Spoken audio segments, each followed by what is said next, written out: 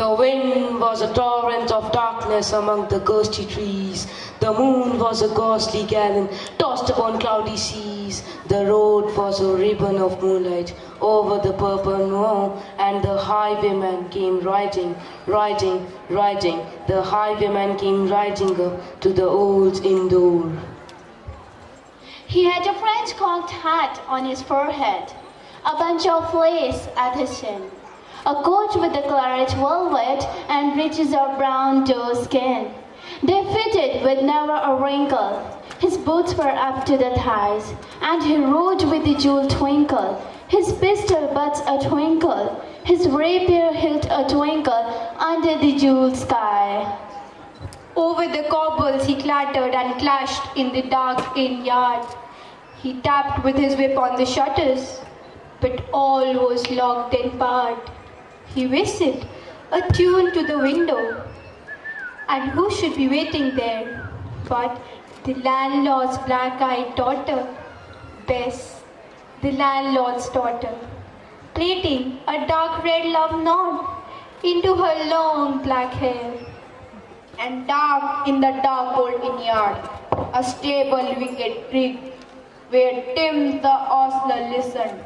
His face was white and big, his eyes were hollows of madness, his hair like moldy hay. But he loved the landlord's daughter, the landlord's red-lipped daughter.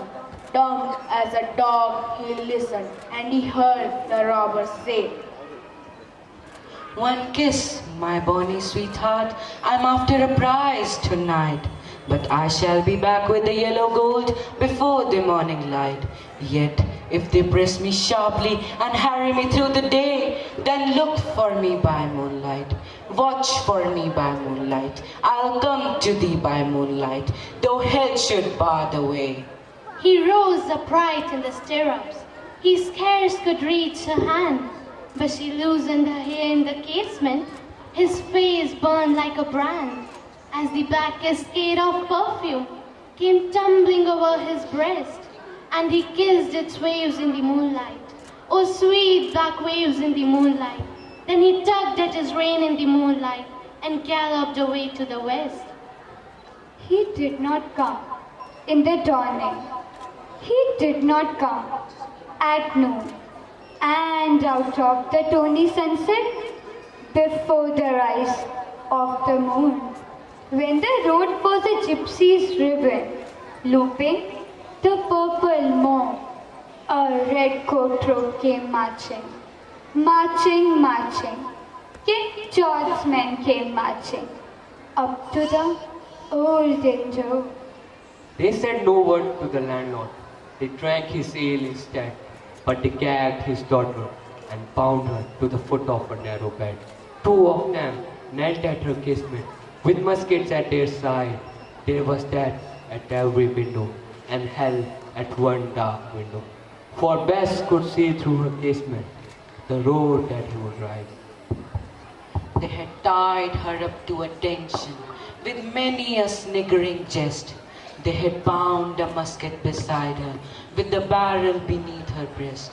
"Now keep a good watch," and they kissed her as she heard the doomed man say, "Look for me by moonlight, watch for me by moonlight. I'll come to thee by moonlight, though hell should bar the way." She twisted her hands behind her, but all the knots held good. She writhed her hands till her fingers were wet with sweat or blood. They stretched and strained in the darkness. The hours crawled by like years, till now on the stroke of midnight, cold on the stroke of midnight, the tip of one finger touched it. The trigger at least was hers. The tip of one finger touched it. She strove no more for the rest. Up she stood up to attention, with the barrel beneath her breast. She would not risk their hearings. She would not strive again. For the row lay bare in the moonlight, blank and bare in the moonlight, and the blood of her veins in the moonlight throbbed to her love's refrain. Lot, lot, lot, lot. Had they heard it, the horsehooves ringing clear. Lot, lot, lot, lot. In the distance, Were they deaf that they did not hear? Down the ribbon of moonlight, over the brow of the hill, the highwayman came riding, riding, riding. The redcoats looked to their priming. She stood up straight and still. Plot, plot in the frosty silence. Plot, plot in the echoing night. Nearer he came and nearer. Her face was like the light. Her eyes grew wide for a moment. She drew one last deep breath. Then her finger moved in the moonlight. Her musket shattered the moonlight, shattered her breast in the moonlight, and warned him with her death. He turned his spur to the west.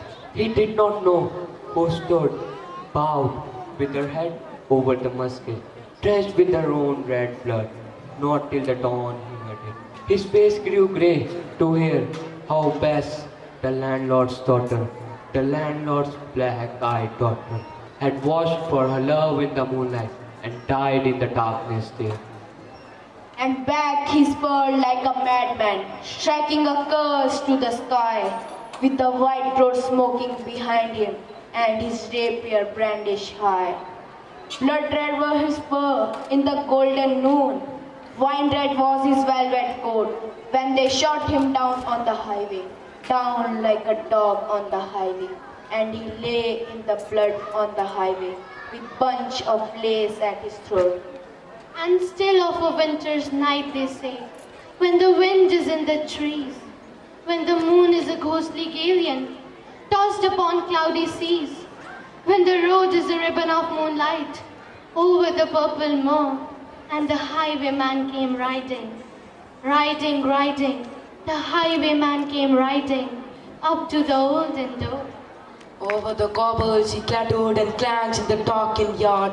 He taps with his whip on the shutters, but all is locked and barred. He whistles a tune to the window, and who should be waiting there but the landlord's black-eyed daughter, Bess, the landlord's daughter, plaiting a dark red love knot into her long black hair.